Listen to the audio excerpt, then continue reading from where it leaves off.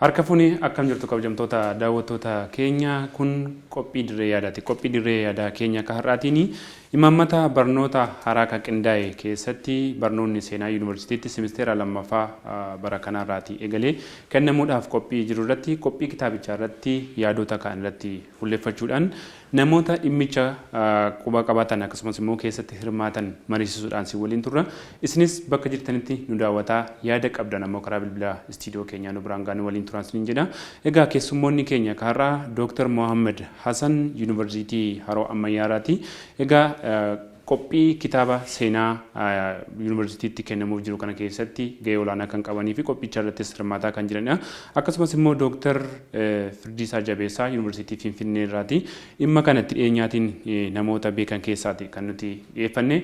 Dhiyeessuudhaan kan si waliin turu Anzalaalaan Boruuti nu waliin turaa isiniin jenna. Egaa yeroo keessan nuuf kennitanii waan beektaniif qoba qabdan akkasumas immoo dhimma qophii kitaaba kana irratti keessumaa yeroo guddoodhaan qooddattanii dhimma Oromoo kan akkas ta'uu qaba jettanii egaa nuuf beekumsa keessan hiruuf asitti waan nu argamtaniif ulfaadha isiniin jenna. Tole gamee haa ta'uti kallattii maatiin gara manii keenyaatti seenuudhaaf barnoonni seenaa Itoophiyaan hanga ammaatti manneen barnootaa garaa garaatti barachaa turte hanga ammaattis yuunivarsiitiittis kennamaa ture jijjiiramuunsaa maaf barbaachise laata sanarraati haa kaanu isin irraa kaan laata. Okay, egaa kuni qaama sirna barnootaati. Sirna barnootaa immoo imaammata irraati kan inni maddu. Imaammanni immoo heera mootummaa irraa madda. Heerri mootummaa sirnoota gabroonfataa durii irraa gara federaalizimiitti ce'ee jira baroota sana. Isarraa kaasee amma yoonaatti utuu karaa barbaadamutti utuu galiin tureera sirni barnootaa seenaa kun. Maaliif hogga jennu maadhaa yeroo baay'ee kan barreeffameeru kan warra galeessa barreessetu jira. Kanaaf yogga namni gadi taa'ee barreessuuf jedhu warra isa kaleessa hawwanii ammas iddoo qabatanii akka sanaatti tursiisaniiru gara dhugaatti hin dhufne jechaadha. Kanaaf amma kan barbaachise seenaa dogoggoraa, seenaa sobaa, seenaa burjaajessaa sana gara bayeessa isaatti yookaan immoo gara nagaa fiduutti gara dhugaatti fiduudhaaf kan inni barbaachise yoo sirriitiin hojjetame jechuudha. Malee biyyi kun sirna siyaasaa isheen dur keessa turtee fi sirna siyaasaa dinagdee, sirna siyaasaa amantaa, sirna siyaasaa aadaa, sirna siyaasaa dinagdee hunda keessattuu militarii keessattuu sabab sablammoota maalummaa balleessanii biyya tokko afaan tokko ijaaruudhaan kan deemamaa ture. Mee as keessatti tariitii jijjiiramuumsaa kanaaf barbaachise yoo ta'e barnoonni seenaa namnu mana barumsaatti barate yookaan immoo biyyattii keessatti hanga ammaatti beekamu soba ta'a jechuudha isin barreessaa kitaabichaa akkasumas immoo warreen kana keessatti qooda fudhatan waan taataniif san akkamitti ilaaltume? Okay, jalqaba irratti barreessaa kitaabichaa osoo hin ta'in ani gulaalaati. Gulaa akka gulaalaatti hirmaatee ture wanta kana keessa. Waa'ee seenaa yoo kaafnu imaammata barnoota Itoophiyaa keessatti asiin durallee kan beekamu Dr. Jabeessaan akka kaawwatanitti imaammanni barnoon yeroo adda addaatiin fooyya'aatiin ka deemu it is dynamic. Yeroo wajjin deemeet wanti barbaachisaa ta'e achi keessa galeeti uummata akkamitti fayyadaa akka jedhu ilaaleet fooyya'aatiin ka deemu wanti barnoonni kun. Kana yoo ilaallu waa'ee seenaa as keessatti hin dhufaa. Waa'ee seenaan Itoophiyaa keessatti asiin dura barnoota keessatti ka seenee rakkoo adda addaa qabaa ture. Rakkoo adda addaa kana ibsuun barbaachisaa ta'a. Barbaachisaallee tokkoffaa fakkeenyaaf yeroo hedduun kitaabota keessaa ka barraa'ee ka jiru seenaa uummattoota Itoophiyaa osoo hin ta'in seenaa elites ka jedhan yookiin immoo biyyattii bulchaa akka turan isaan irratti hundaa'eeti ka barraa'e. Kuni maal ta'a deemeet seenaa uummattoota achi keessatti hin hammatamne jechuudha. Seenaa uummattoota Itoophiyaa maal fakkaataa ka jedhu agarsiisuu hin dandeenye jechuudha. Amma as keessatti erga inni sun agarsiisuu hin dandeenyeeti qabiyyeen kitaaba seenaa kareefuu qophaa jiruu fi semestera lammaffaa irraatii hojiirra oola jedhamee eegamu kana hayyoonni seenaa yuunivarsiitii adda addaa irratti hirmaataniiru isaan keessaattis yuunivarsiitii Harommayyaa irratti hirmaataniitu gulaalaa isaa irratti. Mee achi keessatti haalli ture maalidha? Seenaawwan kanneen kanaan dura namuu barate kana keessaa hambisnee seenaa biraa uumuutu dhufe moo seenaawwan kanneen keessatti seenaan kanaan dura ture dogoggoroonni sirraa'uu qabu jedhamee hojjetamaa jiru maalidha? Isaan amma jette kun hundumtuu xiyyeeffannaa keessa galaniiti irratti hojjetamaa ture. Seenaan asiin dura dogoggoraan qophaa'eetii uummataaf himamaa akka ture sun akka sirraa'u godhamee jira.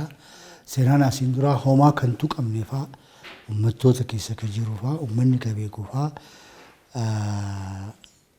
tuqamu qabaa ijoolleen baratu qabdi kan jedhu sanirratti illee hundeeffanneeti asiin dura kaarikilamii keessa kan seenne waan adda addaa akka seenu godhamee jira. Seenaan uummattoota adda addaa fakkeenyaaf warra kibbaa kan jennu asiin dura kitaaba seenaa keessatti homaan kan jedhamne isaanillee kitaaba kana keessaa akka mul'atan godhamee jira. Maaliif deemee seenaan daawwitiidha. Daawwitii uummataati. Uummanni seenaa isaa yoo laallatu uf laallata jechuudha. Miirarii keessa deemee laallata. Kanaafuu isaan seenaa kitaaba keessatti uf arguuf akka danda'anii seenaa isaanii immoo achi keessatti galee jira. Seenaawwan kanaan dura barsiifamaa turan amma immoo dogoggora jedhamanii kitaabicha keessaa ba'an kan fa'i. Seenaan dogoggora jedhamaa akka turani maaliin fakkeenyaaf the conquest expansion uumamaa akka jedhan kun akkuma jiru ta'aniiti objektiiviin isaa maal ture? Fakkeenyaaf mootummaan Shawaan gara kibbaatti yoo deemu maal barbaadaatiin deemee kan jedhu irratti asiin dura yaa garmaaqnaa zamachaa jedhamaatiin dubbatamaa akka ture. Suni garmaaqnaa zamachaa kan jedhu sun akkuma jiru ta'eeti but with the conquest and expansion uummattoota adda addaatu achi keessatti miidhaman. Uummanni kun akka miidhamanii asiin dura homaa hin dubbatamne ture. Sun akka dubbatamu sun seenaa keessatti akka barraa'u akka laallamu godhamee jira jechuudha. Kunis waan tokko waan adda.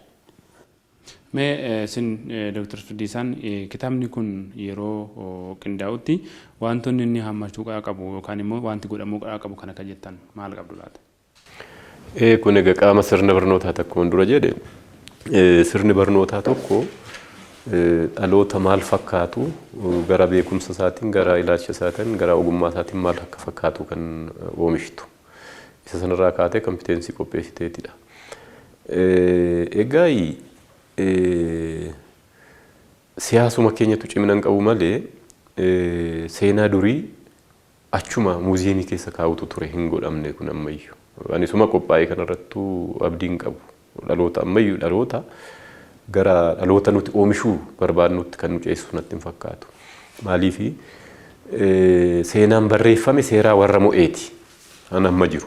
Maal jedha pirinsipiliin isaan kaawwataniiranii strong source and depth deetaan jiraachuu turre jira seenaa yoo barreessitu turre. Soorsiin sun haneenyuuti. Perspektiivii warra mo'eeti jechaadha.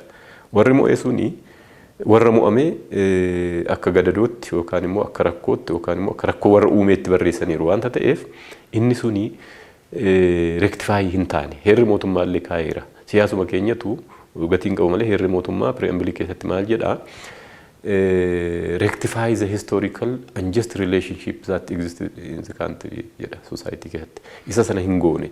Kanaaf amma namni baay'een alaabaa warra kaleessa mo'ee baatee kan deemu kanaafidha jechuu kooti.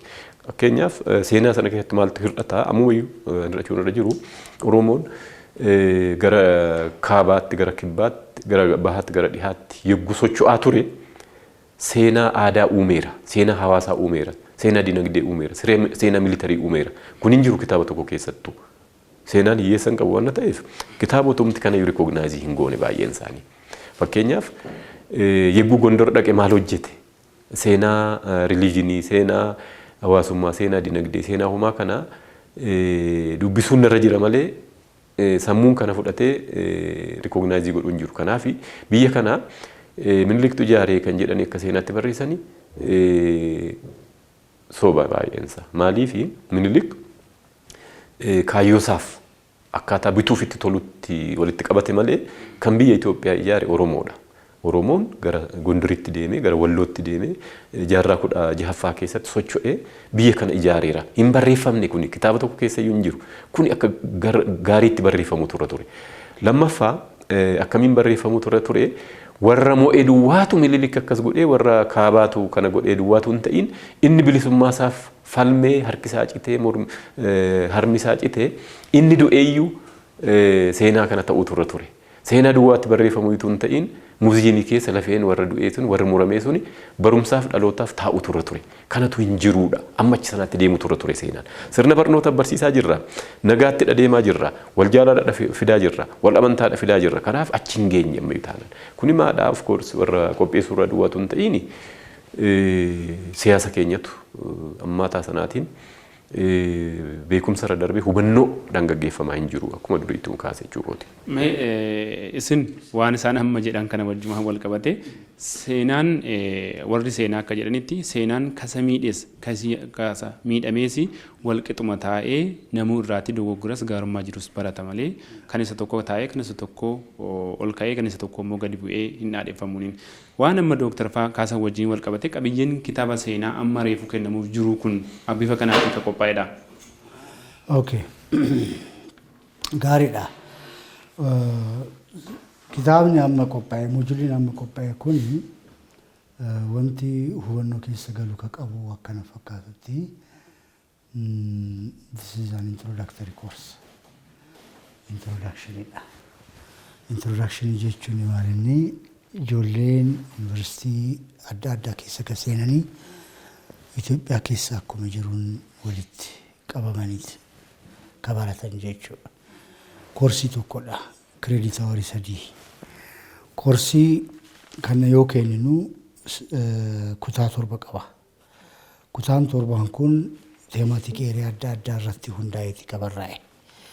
Egaa seenaa biyyattii tana akkuma jiruun barreessineet moojulii tokko keessatti hin galchina jechuun kun waan hin hawwatamne tokko waan hin danda'amne illee akka kaarikulamitti kun hin danda'amu gongomatti hin danda'amu kun garummoo amma isaan wanta kaasanii adda addaatu jira yaaliin godhamee jira moojulii kana keessa fakkeenyaaf Gondar yoo kaafnu the Gondarian period ka jedhamu asin duraa akkamitti akka barannee nutu beeka seenaa waan baradheef hin beekaa fi yuunivarsiitii Finfinnee keessatti garummoo kitaaba keessa hin dubbifta waan adda addaa zamana masaafni jetteetiin dubbifta waan adda addaa achi keessatti ka jiru gaheen Oromoon achi keessatti katabatee homtuun kaanee ture. Moojulii kana keessa gahee isaa gaafatamaa ta'uu danda'a yookiin immoo hanga barbaannutti galuu dhabuu danda'a. Maaliif saayiziin isaa baay'ee xiqqoo waan ta'eef garuu gaheen Oromoon achi keessatti katabatee barraa'ee jira ammallee arguun hin danda'ama.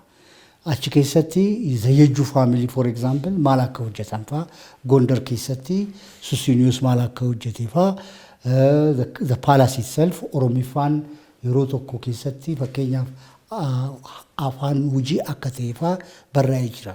Sirriitti agarsiisa. Kan duraa keessa moo kan ammaa? Kan ammaa kana keessa. Kan duraa keessa garuu hin ta'u. Kan ammaa kana keessa si jedha. Kun jijjiirama guddaadha. Kana qofa miti. Fakkeenyaaf waa'ee aadaa keessatti Oromoon kan taphate Oromoon gara kaabaatti yoo deemu akkanumaan harka fi miila isaa qabateetii miti aadaa isaa qabatee deebi'a achi. Aadaa yoo jennu aadaa adda addaatu jira. Aadaa fakkeenyaaf guddifachaa fi harma hudhaa keessatti akkamitti uummattoota adda addaa walitti akka fiidheefaa akkamitti walitti akka hidheefaa moojulii kana keessa ni jira barraa'ee jira. Kanaaf kun jijjiirama tokko jenneeti ana kana qofa miti. There are silences in Ethiopian history asin dura wanti hin tuqamne tokkotu there are points where historical events are not touched upon. Kan tuqamnetu jira Itoophiyaa seenaa Itoophiyaa keessatti asiin dura.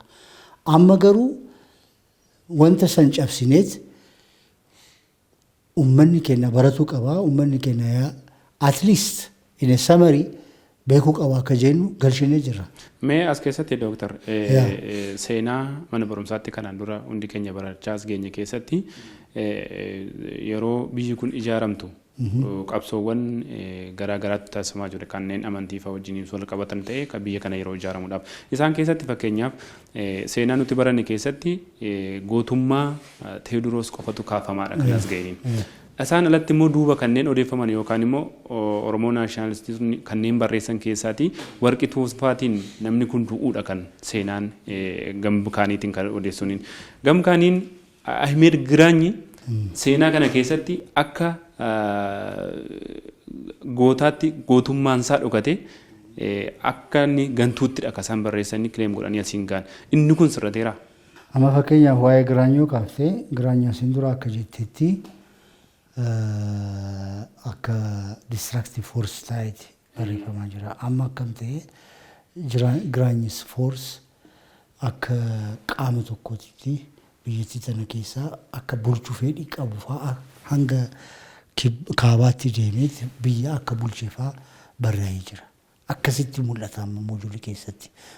As a conqueror, as a expansionist, homaa akka jedhu kana tondaa'uun gooneet akkasitti ta'e moojulii keessatti by the way. Innaa sun perspektiifi adda jechuu ilaalcha adda jechuu. Asin duraa ka laalamaa ture Grudge something demonic. Grudge something a person who is not beyond a human being. Akkasitti yaalamaa ture. Akkasitti depicti godhamaa ture seenaa keessatti. Amma immoo maal ta'aa jira?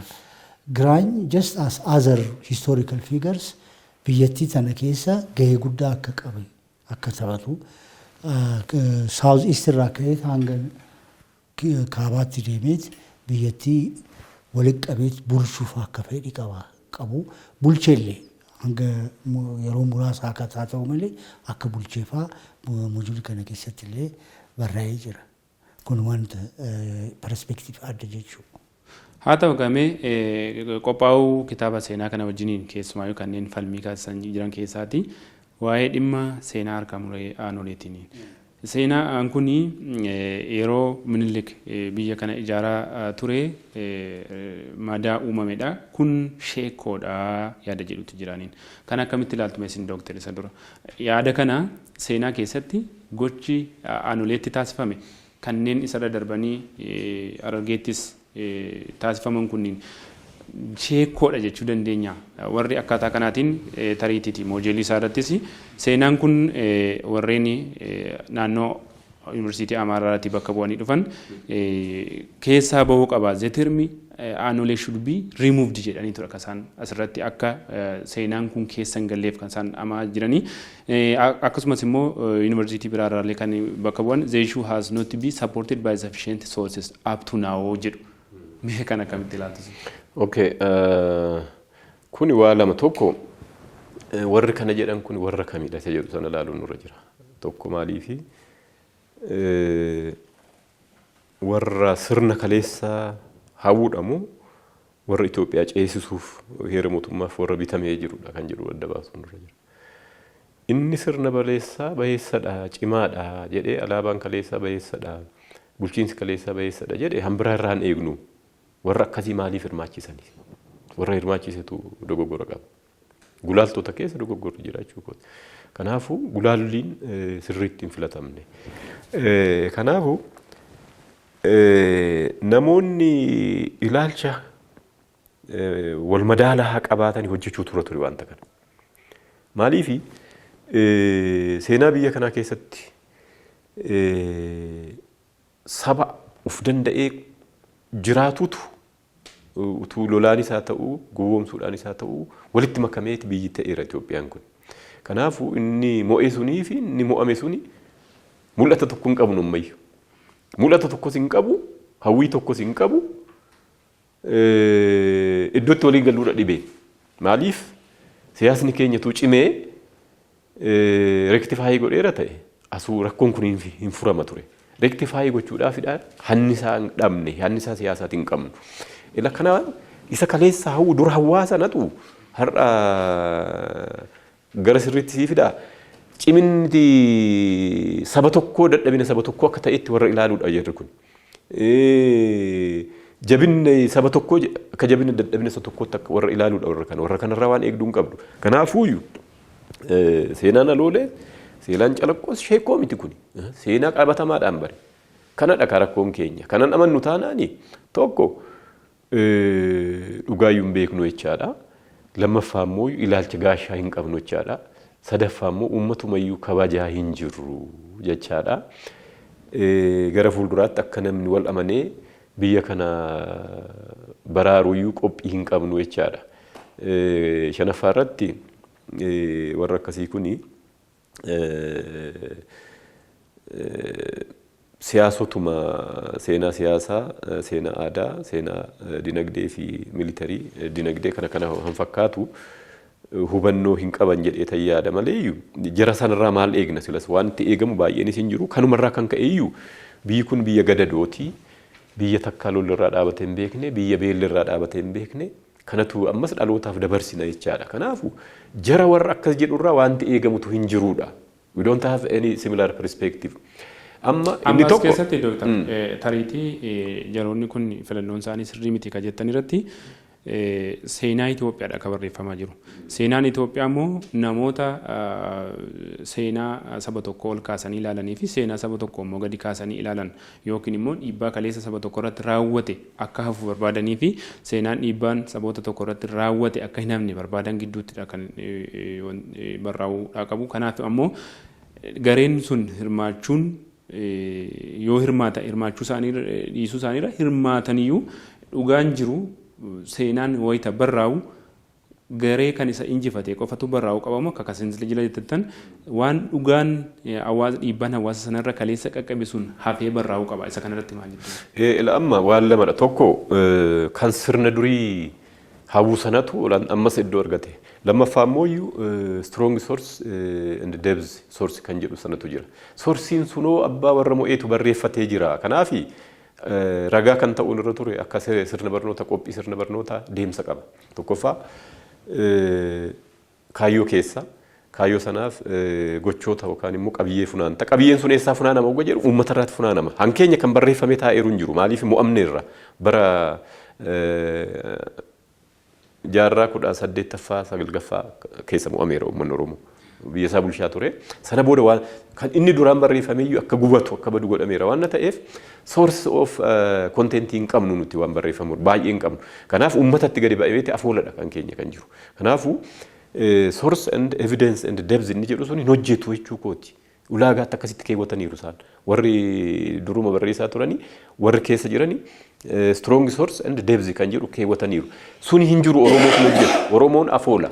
Kan afaanitti darbaa ture. Sirni gadaa heera kan baafatu afaaniini. Kan lallabu afaaniini.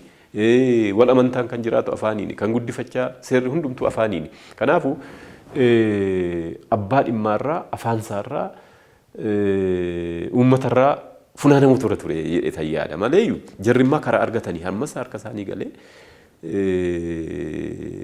isuma kaanuu gama amantaatiinuu fakkeenyaaf sirna amantaa ortodoksiiti kan barreessaa ture baay'ee isaa seena baay'ee achiinidha. Kanaaf isarraa maddii isarraa waraabda deebiste kaleessa kan barreeffamerraa waraabde jennaan amma seenaa barreessita jara kanatti kanaafu jara sana kaniin jedhanii isaaniin kan hogganu siyaasni cimaan utuu jiraate ko jara rakkoon qabani isaan akka fedhee waan socho'aniifi utuu isaaniin fuutee fireemworkii keessa gashiteetoo fireemworkii soorsiin qabiyyee kana asii maddisaa asiidha malee asii miti jettee limiti sammuudhaan utuu hoogganamaniiru ta'e hin danda'ama garuu sammuudhaan hoogganuu dandeenyaayi siyaasa amma hoogganaa jirru kana keessaatiin hubannoo sana qabnaayi akka biyyaatti hin qabnu.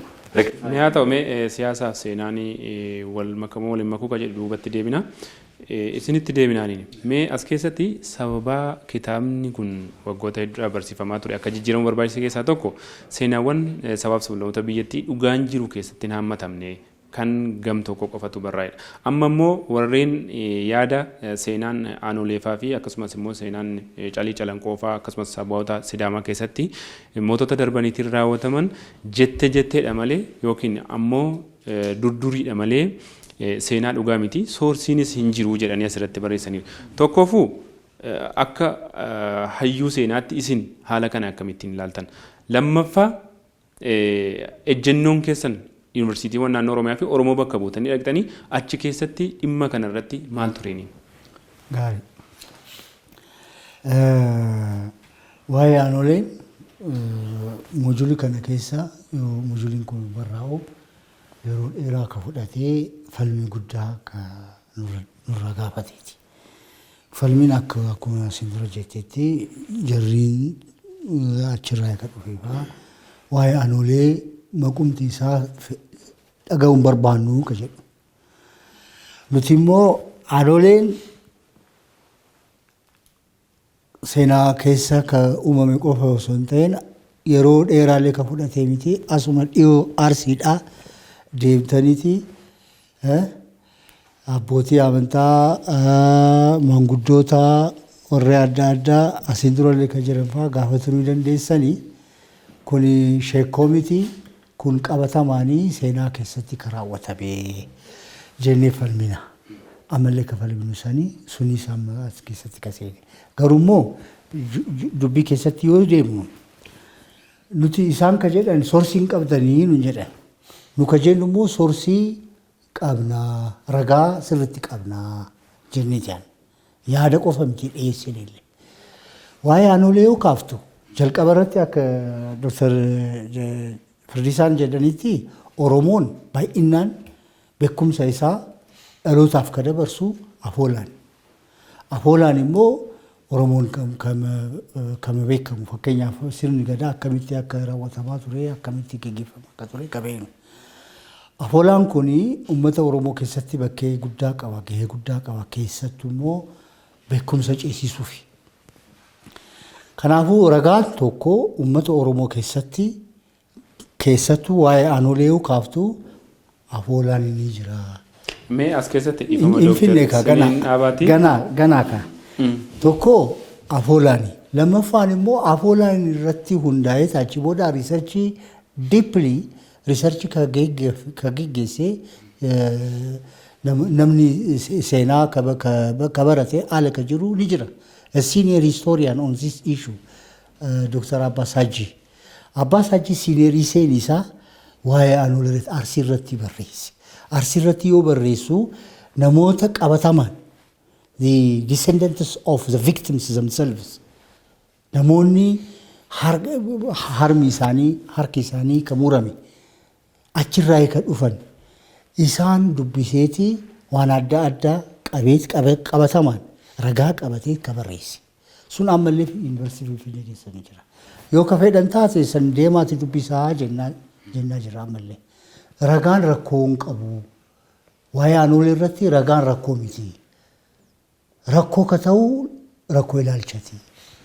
Ilaalcha irratti rakkoo qabdanii. Idduma kana irratti qaamoleen mootummaa kan Oromiyaallee kan immoo Oromiyaallee hoogganaa jiran ammallee yaaduma hayyoonni yuunivarsiitii naannoo Amaaraarraa dhufan dhiyeessan kana seenaan Aanolee harkamunaan Aanoleefaan akka sheekoo ta'etti barreessaa turan fuula feesbuukii isaaniitti. Isaan kun deeggaruun ammoo gaasiin namoota achi keessatti hirmaatan keessaa tokkodha. Seenaan akka kanaadhaa achi keessaa bahee jiraachuudha akka odeeffamaa jiru. Dhugaan jirtu garuu kamidha? Minitiin kun yeroo wanti kun hojjetamu yaada kenna. Yaada adda addaa achi keessatti namoonni hirmaatanii irratti hundaa'eet ka barraa'e. Kiyyallee as keessatti ni jira. Riiviyooroota fi raayitaroonni adda addaa as keessatti ni jira. Ammallee dubbifamuu ni danda'a. Uummata bal'aa fi argamuu ka danda'u kun homaa dubbisuullee ni dandeenya. Asirratti ka jiru. Yaadni kenna maalinni Aanoleen inuu babal'atee barreeffamuu qaba malee hin baa jettaniiti yaadinaa hin bahuu jenneen. Ammallee hin baane. Saniin qabatamaan yoo akkasii agarsiisu taate laaptooppii fiiditi.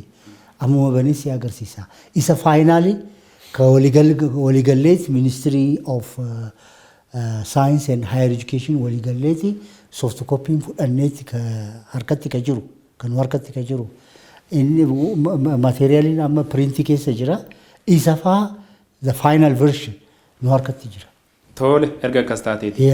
Ministeerri saayinsii fi dhaabbilee olaanoo Profeesar Hiruut Waldamaariyaam tibba darbe dhimma kanarratti haasaa taasisaniitiin wayita seenaan dhalootatti himnu kan nu fayyadu irratti fuulleffannaa. Kanaaf ammoo seenaawwan tokko kanneen akkasii kun kanneen sabootaaf saboota biyyattii gidduutti shakkii uuman keessaa hafuu qabu yaada jedhu kaasanii turan. Okay. Kan akkamitti akka laaltan hin beeku malee kan nu fayyaduu galshinaa jedhanii miti aanoleen isaan fayyada. Waa'ee aanolee biyyattii akkuma jiru ni fayyadaa jenneeti aannan. Gorsa akka kennillee kanuma. Maaliif si fakkaata? Ummata kana yoo tokkomsuuf barbaade ummata kana yaada tokko akka qabu ka barbaadu taate biyyattii tana hin ceesisa ka jettu taate seenaan ka mo'ate qofa miti seenaan ka mo'atame illee baratamuu qaba. Maaliif dogoggora boruurraa akka barannu wanti kun akka deebi'ee akka raawwatamne sabni kamuyyuu haa ta'u san akka raawwanneef aanolee irraa baratu qaba calanqoo irraa baratu qaba. Kitaaba sana keessatti galeeraa kun galee amma si agarsiisa maaliif fideetiin agar ilaalu laptop fideetii siif bana. Tole gamee Dr. Isinoo kanarratti maal jettu keessumaayyuu gareen seenaa keessatti rakkoolee ture yookaan immoo dadhabbinoota ture maqaa dha'uun yookaan immoo seenaa keessatti akka dhaloonni baratu taasisuun waliigaltee biyyaalessa biyya kanaa diigaa jedhan jiru isin maal jettu? Kun egaa sadada tokko sababni dura kaa'edha. Tokko cimina jiru kanatu sodaachisa shakkisiisa. Lammaffaa medical treatment keessatti maal jedha palliative solution jedha. Madaata qaba madaan nyaateera jenna kana citee keessisaa citaadha. Irrashee ashaganii bareechanii dhinsuudha. Yeroo booda garuu malaan hin ba'a hin dhuha. Biyya kana keessatti akkasidha. Har'a nagaan jiraadha jechuudhaaf malee dhaloonni booruu nagaa jiraatu hin jiru hoggansi Itoophiyaa inni durii sinarraas. Har'a ani nagaatiin mo'ee nagaatiin bulchee ce'uutu narra jira jedha malee dhaloonni booruu si nagaa jiraatu wal jaallatee wal amanee jiraatu kan jedhu dhabuudha. Rakkoon akkasii jira. Rakkoon kuni hoggansa keessa duwwaatu hin ta'in hayyoota keessumattuu hayyoota kaabaa keessa jira. Hayyoonni kaabaa har'aaf yaadu malee booruu dhaloonni wal jaallatee wal amanee akka wajjin jiraatu hin barbaadani. Warri hoggananis kanuma yaadu har'a. Kanaaf seenaan qulqullaa'ee uummata keessaa ba'ee indigenous keessaa ba'ee akka haaraatti siistemii haaraa keessa jirra makko erga Adawaayiin dhufe akka sirriitti lafa ejjituu dhiisu malee siistemii haaraa keessa jira dimokiraasiidha. Dimokiraasii keessa jira federaalizimii keessa jira. Federaalizimii eenyummaa irratti hundaa'e keessa gallee jirra. Garuu gochi keenyaa fi qabiyyeensaa garuu isuma duriitu as ce'e. Isa sana namni dhaamsisee hin jiru. Inni suni warri barbaadanii jiru itti fayyadamuudhaaf tursiisanii malee warri jalqaba irratti Adawaayii hooggananii kana balleessuu numa danda'u. Ga'iinsa isaas qabu garuu itti fayyadamu isaan. Maaliif unuun gadi qabuudhaaf unuun diiguudhaaf isa kan abaa'oodha isa kan. As keessatti yeroo ammaa kana yaada lamatu jiraniin aktivistoonni yookaan immoo hayyoonni Amaaraadha seenaan barraa jiru kun hayyoota Oromootiinidha harka guddoodhaan kan inni barreeffamaa jiru. Kun ammoo seenaa Itoophiyaa dhugaa akka kaleessa turte sanaa diigaa sirrii miti waliis nu gashuu jechuudhaan kan isaan qabooyyaa isaanii irrattis kan isaan ka'an ammoo duubaas kan odeeffamaa jiru kanadhaaniin. Gam kaaniin ammoo dhugaan jirtu yoo bifa kanaatiin kabarraa'u ta'e kunniin sheekoodha kan dura isiniif kaasaa ture kan warra jedhantu jiruuni. Mee warri mootummaadhaas warri yaada amma isiniin jedhu kana jedhus bifa kamiitiin dhugaa jirtu biyya kanaatiif yoo yaadama ta'e biyyi kun akka silaa fedhutti seenaa dhugaa biyya kanaa yoo akka barraa'u barbaadama ta'ee fi seenaan dhugaa biyya kanaa immoo kan saba tokko kan hin bakka hin buune ta'uusaa agarsiisuudhaaf warri mootummaas haa ta'u warri yaada kana jedhan maal gochuu qaba jettume. Amma seenaa dabaa ta'uusaa beekeera. Mootummaan isin beeka, addunyaan isin beeka. Seenaa dabaa, seenaa dogoggoraa, seenaa sobaa Itoophiyaa kan qabattu eenyuyyuu beeka. Sammuun eenyuyyuu numa beeka kana warrumti kaabaayyuu beeku kana warri hayyoonni kaabaayyuu. seenaa dabaa seenaa dogoggoraa qabatanii deemuu jechuun har'as dogoggora seenaa haaraa hojjechuu jechuudha. Maal ta'utu irra jira inni deconstruct ta'utu irra jira. Construct gochuutu nurra eegame miti. Deconstruct gooneeti wal amantaa fiduutu nurra jira. Deconstruct gochuudhaaf sammuun qophaa'utu irra jira. Kanaafuu har'a dhugaa barreessan jechuun biyya diigan jechuun miti. Biyya bifa haaraatiin ijaaruu jechuudha. Maaliif yoom ijaarre iyyuu ni ijaarre jechuu dandeessa. Dhaloonni kun kunuuti ni ijaarre biyya kana maal gootate? Gaafa kam ijaarre? Lolaan ijaaramte, badiidhaan ijaaramte, yakkaan ijaaramte, ajjeesuudhaan ijaaramte, harma kutuudhaan ijaaramte, harka kutuudhaan ijaaramte, gowwoomsaatiin ijaaramte, wal fudhannee okee waliin jiraanneerra. Kana utuu rakkoon fidiin ceesisuudhaaf soba dur ture, yakka dur ture, deconstruct knowledge dhuma beekumsuma sobaa sana iyyuu deconstruct godhaniito beekumsa dhugaa har'aa fidanii hubannoo fidanii biyya kana ceesisuun hin danda'ama malee miti. Amma palliative solution isa jedhe sanadha. Irra ishee diibanii har'a dhiinsanii booru ganama hin dhoha malaan suni akkaataa sanaatiin dhalootaaf hin dabarsinu malee biyya kana ceesisuudha malee inni akka haaraa kuni akka Dr. Mahammad jedhetti inni isaan jalqaban kuni biyya kana hin ceesisa malee hin jigsu. Garuu cimina barbaada, hoggansa barbaada, kallattii siyaasaa barbaada. Hayyoonni qophaa isaanii waan godhan miti kuni.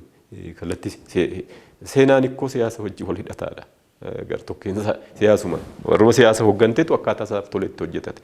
Egaa seenaa warri moo'ee hojjetate biyya dogoggorsee burjaajessee utuu waliin amaniin uummanni kun biyyi kun utuu mul'ata tokko hin qabaatiin as ga'e miti. Har'a ammoo federaalizimii dimokiraatik federaalizimii qabannee erga jirru yogga kana deconstruct goonee haaraa ijaarree biyya kana jaalalaa fi gara jedhame gara badhaadhinaatti ceena malee malaa kaleessaa madaa kaleessaa homa qabannee maa hin ceenu ceenee dhalootatti dabarsu har'a ammaa okee nutti toleerannee walii wajjin sorbee hin jira. Kanaaf wanta amma ta'aa jiru madaa walii tuttuqaatu jira. Madaa walii tuttuquu jechuun kan kaleessa harkisaa cite, kan kaleessa harmisaa cite, kan kaleessa du'aa uwwaalame, kan kaleessa akka garbaatti Walaayittaa irraas ka'ee Oromiyaa irraas ka'ee tuttuqame har'a deebi'anii madaa jara sanaa tuttuquun sirrii miti. Itoophiyaan ijaaru, Itoophiyaa diiga. Kanaafuu isa sanaa wanta ta'eef deconstruct gochuutu irra jira. Beekumsuma duraan ture sana jechuudha.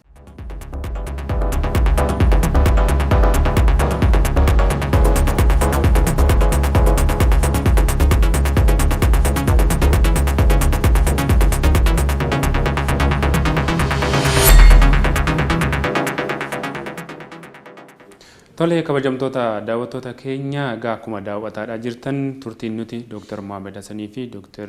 Firdiisaa Jabeessaa wajjin taasisaa jirru dhimma qophii kitaaba seenaa barnoota yuunivarsiitii irratti gaggeeffamu irratti seenaawwan sabaaf sablammoota biyyattii dhugaan jiru keessa galeeramoo hin galle keessumaa seenaan aanolee kitaaba qophaa jiru kana keessa jiramoo hin jiru jechuudhaan mari'ataa kan jirru haga dhumaatti nu waliin turtan deebii isaanii argattu nu waliin tura.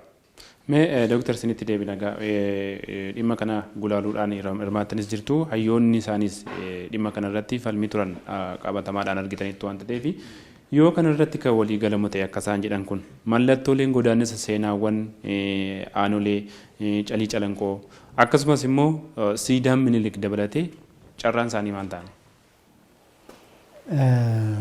Asirratti Sidaan isaan kan jedhaa turan asin dura waa'ee sidaan minilik hin ga'u isaan biratti hin ga'u waan mo'ateef. Ilaalchi isaan qaban fakkeenyaaf sidaa aanolee irratti kun sidaan siyaasaan dalagamee jedhaniiti yaadan. Kun calanqoon siyaasaan dalagamee biyyatti tana diiguu fi mootummaan asin dura darbe yaa'u tokkuma addawaawii miti ammallee kan bulchaa jiru. Isaanumatu uummata kana addaan fo'anii bulchuu fi dalaganii jedhan isaan. Nuti immoo sanii miti kan jennu. Sidaan kuni sidaa uummattootaati. Sidaan kalee uummanni kuni haqaaf jedhee falmateet ka du'ee.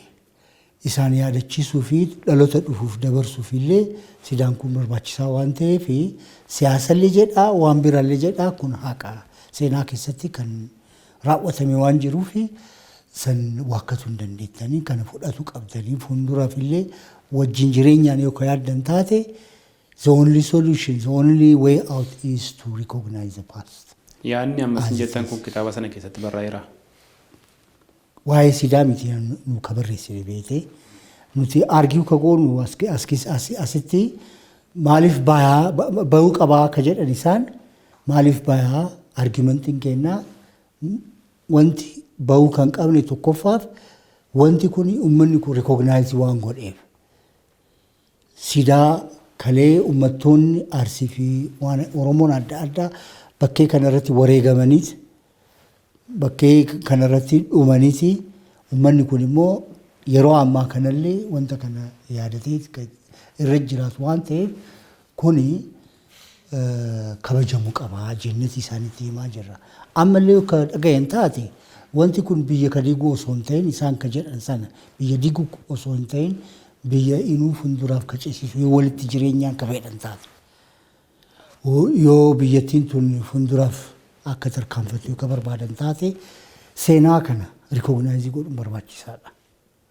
Yoo sun hin ta'in ammallee isaan akka jedhanitti rakkisaadha. By the way, if there is a problem in crisis, isaan akka jedhanitti sobaan biyyattiin soba hagaamaa barsiisaa turani.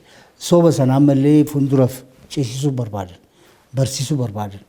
Sobaan barsiisuu fi biyyattii ceesisuuf mannaa haqa himteet biyyattii yoo digamtee gaariidha. Akkasumas jettanitti kitaabni kun semestera lammaffaarraati egaa barnootaaf ni eegalamnatti fakkaata. Waan ammas jettan kun fi waan duubaatti haasa'amu kun akkamitti ilaaltu sin? Dubarratti rakkisaadha. Miidiyaaleen adda addaa bakkee wanti kun qophaa'e irratti dhufaniiti. The only media I saw achirratti OBN dha.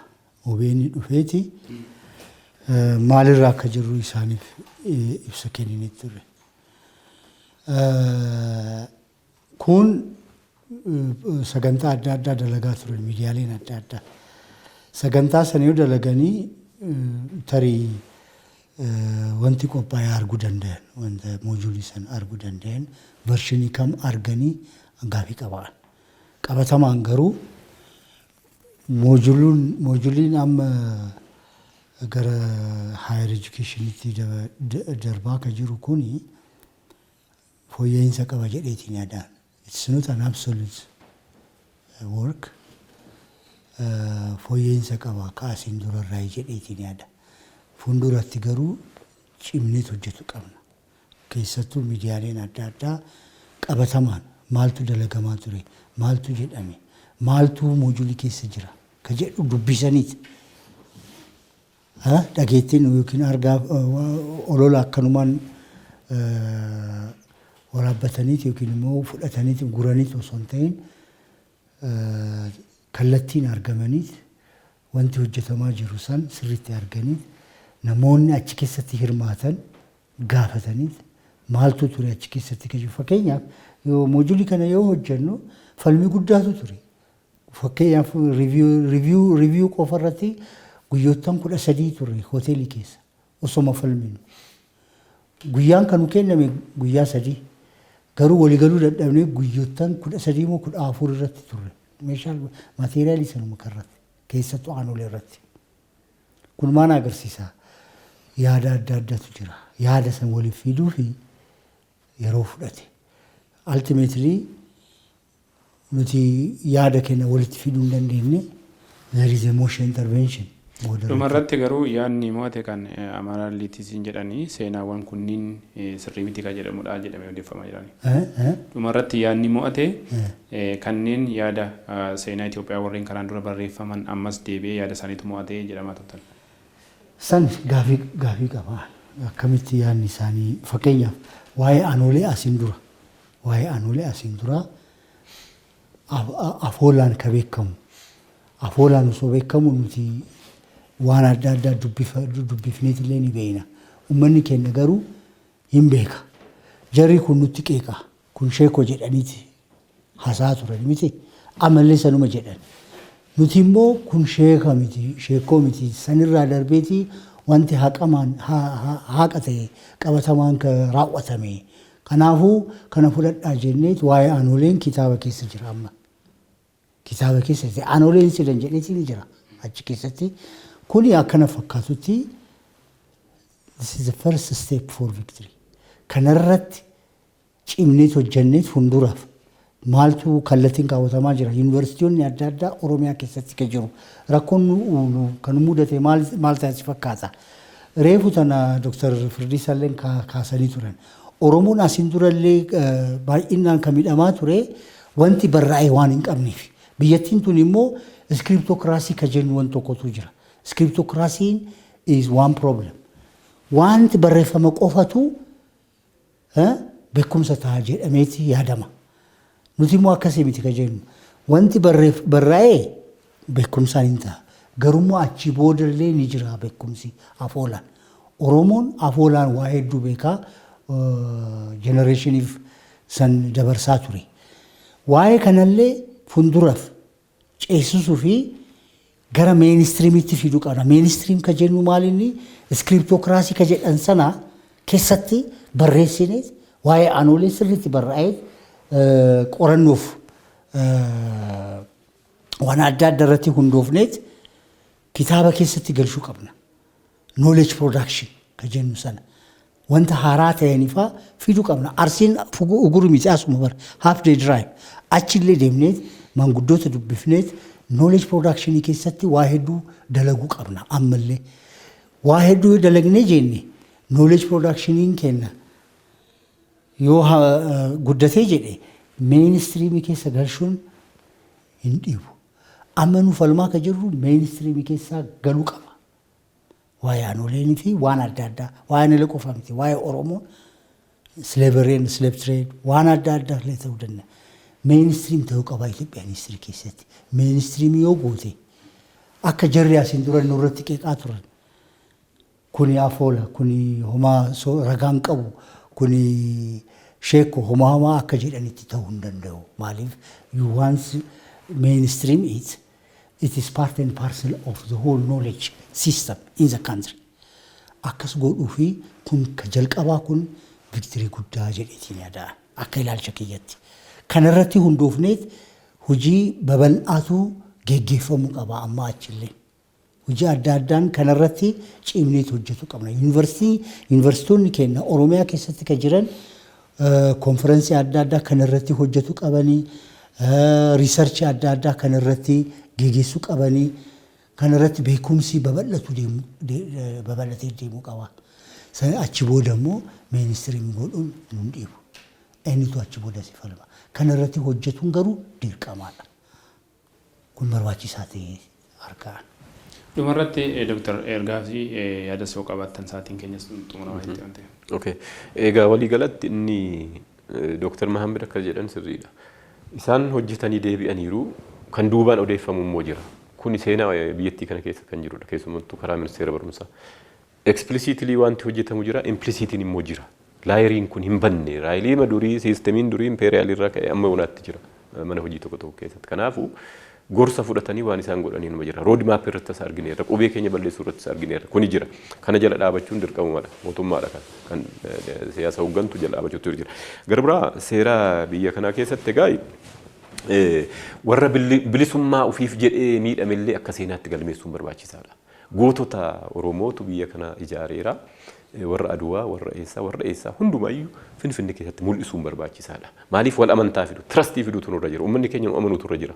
Inni hoogganna yoo ta'e nu amanuutu irra jira uummanni. Uummanni keenya immoo yoo dhugaa hojjenne duwwaa nu amana.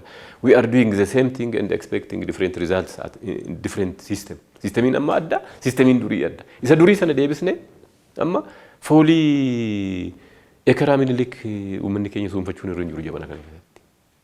Waan dhugaa hojjenne wal amantaatiin biyya kana ceesisuutu nurra jira. Kanaafuu palliative solutioniin irra dibuun sirba caalaa tokkotu waa'een irra dibaa booduu ni dhibaa jedhe. Kanaaf nu dhibaa, dhaloota dhibaa. Isa kanaaf yaaduudha nuti. Har'a amma jiraanne boruuf yaaduudha dhalootaaf. Kanaaf seenaan maalidha, eessaa dhufe maalidha kan jedhuuf biyyattii kana diigamuu irraa hambisuudhaaf waan dhugaa hojjechuutu nurra jira.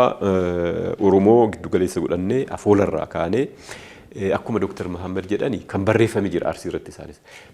Profeesar Muhammad mataan isaanii kan barreessan jira biyya alaa ta'anii. Hayyoonni keenya Profeesar Muhammad faa, Profeesar Abbaas faa, Profeesar Eenyu Bulchaati inni faa kan barreessan baay'ee. Makuriyaa Bulchaa faa kan barreessan jira. Itti fayyadamuutu dadhabne. Inni afoolaa harka keenya biyyaas jira. Barreeffamuun illee jiru. Isa sanallee funoonni hin jiru.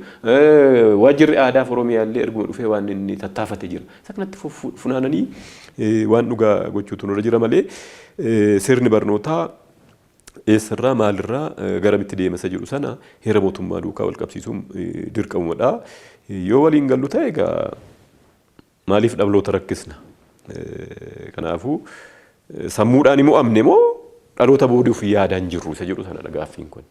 Dhaloota boodaaf yaadaan jiru immoo sammuudhaan mu'amne isa jedhu sana deebii kennuutu irra jira mootummaa. Tarii waan sinaafee jiran. Amma mojuuliin kun qophaa'eera jenneeti nutilleen finnee faayinaal editingii hojjenneeti ministeeraaf kenninee jira. Isa faayinaalii amma piriintiitti kan jiru jechuudha. Tarii isin shakkii akka qabaattan taate nurraa fudhataniit booda waan adda addaa irra dibaa yookaan hojjetamu taate jettanii yookaan shakkisan taate miidiyaan humna qaba. Miidiyaan uummata kana gargaaruu qaba. Maaltu geggeeffamaa jira akka jedhu isinis duuka baatanii hubatu qabdan. Nuti garuu ammallee akka jedhetti si agarsiisuu danda'a. Just bring a laptop. I will show you the final version. Achi booda isinis booda irratti waan hin taane yoo bahee jedhe wanti kun akkamitti akkana ta'e dura bara akkasii miti jettanii gaafatuu dandeettan mirga qabdan. Beekee kanaafuu kanallee hubannoo keessa galchaati uummataa fi wanti dalagame haqaan qabatamaan uummataaf dhiyeessuun gaarii barbaachisaadha jedhee yaada. Uummanni amma waan adda addaatti himamaa jira. Waa'ee aanolee bahee jira. Waan adda addaa jira. Hin baane. Ani achuma keessa ture. Hin hanqataa wanti kun baay'ee hin xinnaatee yookaan jedhan taate that is another thing. So we have to talk on that. Maal ta'uu qaba akka jedhu achirratti haasa'uu dandeenya. Garuu hanga ammaa ka jedhamaa ture ka dhaga'ellee anis dhaga'ee jira. Xiqqoo qabatamaan sirrii natti hin fakkaanne sanis isinis duka bu'aatii addaan baasa. Tole haa ta'u egaa yeroo keessan qaalii nuyi kennitanii waan beektaniif quba qabdan irraatii egaa daawwattoota keenyaatiif mudannoo fi muuxannoo keessan waan qoodaniif ulfaadhaa siin jenna. Ulfaadhaa isin.